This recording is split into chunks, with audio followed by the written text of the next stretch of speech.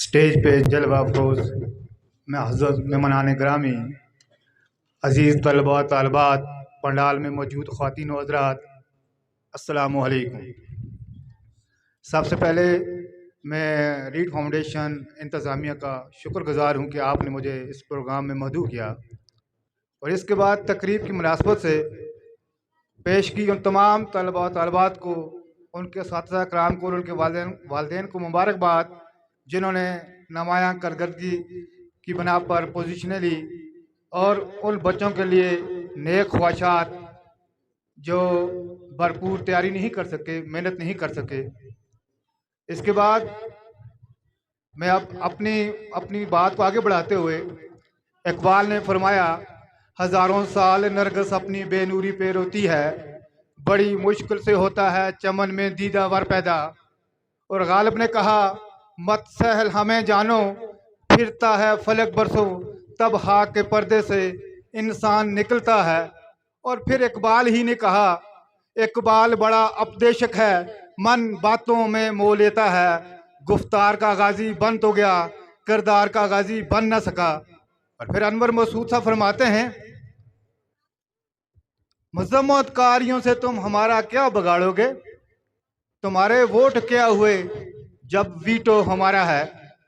मैं उन बच्चियों को मुबारकबाद पेश करता हूं जिन्होंने प्रोग्राम में हिस्सा लिया।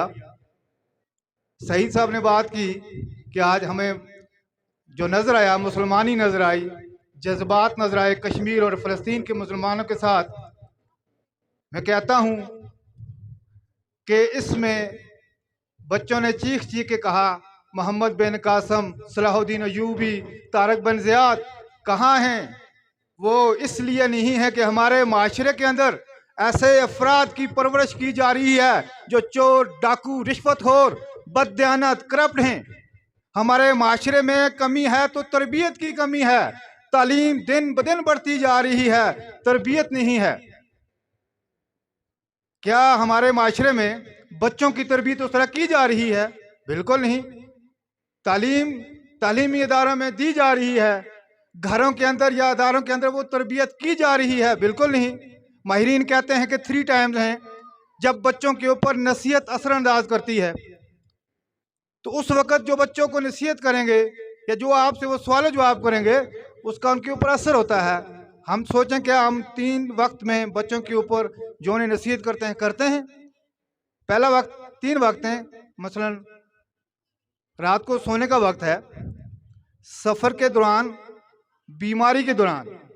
सफ़र के दौरान बच्चा आपसे सवालात करता है मुख्तलिफ जगह से गुजरते हुए, ये कौन सी जगह है, क्या है। आप उसे वहीं अपने सख्त आवाज़ से खामोश कर देते हैं और उसके अंदर की सालियत ख़त्म हो जाती है सवाल जवाब करने की। और फिर दूसरा टाइम है बीमारी में, जब आप उसे कोई नसीहत करेंगे उसके ऊपर असर ज़्यादा होता है। और जो सबसे अहम वक्त है जिसकी तरफ मैं आप सब लोगों की तवज्जो दिलाना चाहता हूँ, वो रात को सोने का वक्त है। रात को सोते हुए बच्चे अपने वालिदैन से इसरार करते हैं कि हमें कुछ कहानी सुनाइए, कुछ किस्सा सुनाइए। तो हम क्या करते हैं, या तो उन्हें कुत्ते बिल्लियों के किस्से सुनाते हैं, या तो उन्हें हम किसी और जंगली जानवरों के किस्से सुनाते हैं, या तो हम उन्हें अदाकारों के किस्से सुनाते हैं। क्या कभी हमने उन्हें अबू बकर का किस्सा सुनाया, हमने उमर का किस्सा सुनाया, हमने उस्मान का किस्सा सुनाया, हमने अली के बारे में बताया, हमने मोहम्मद बिन कासम के बारे में बताया, हमने खालिद बिन वलीद के बारे में बताया, हमने सलाहुद्दीन अयूबी के बारे में बताया। तो फिर कैसे हमारी कौम में सलाहुद्दीन अयूबी पैदा होगा, खालिद बिन वलीद पैदा होगा और मोहम्मद बिन कासम पैदा होगा। मोहम्मद बिन कासम 17 साल की उम्र में दमिश्क से चलता है और सिंध पहुंच के इसको फतह करता है। आज हमारा 17 साल का नौजवान नशे में धुत फिरता है, चोर है, डाकू है, वो घर से बाजार जाते हुए डरता है। आप उससे क्या उम्मीद लगाए बैठे हैं? ये फकत कमी है तो हमारी तरबियत में कमी है।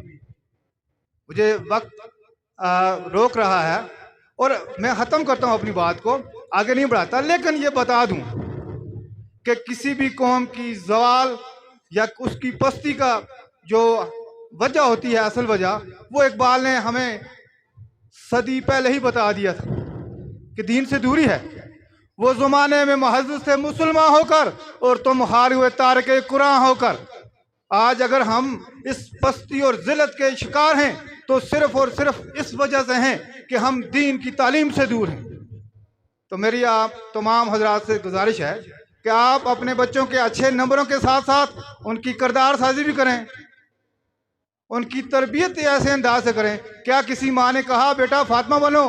क्या किसी माँ ने कहा बेटा आयशा की तरह बनो? वो कहेगी डॉक्टर बनो, इंजीनियर बनो, प्रोफेसर बनो, फला बनो।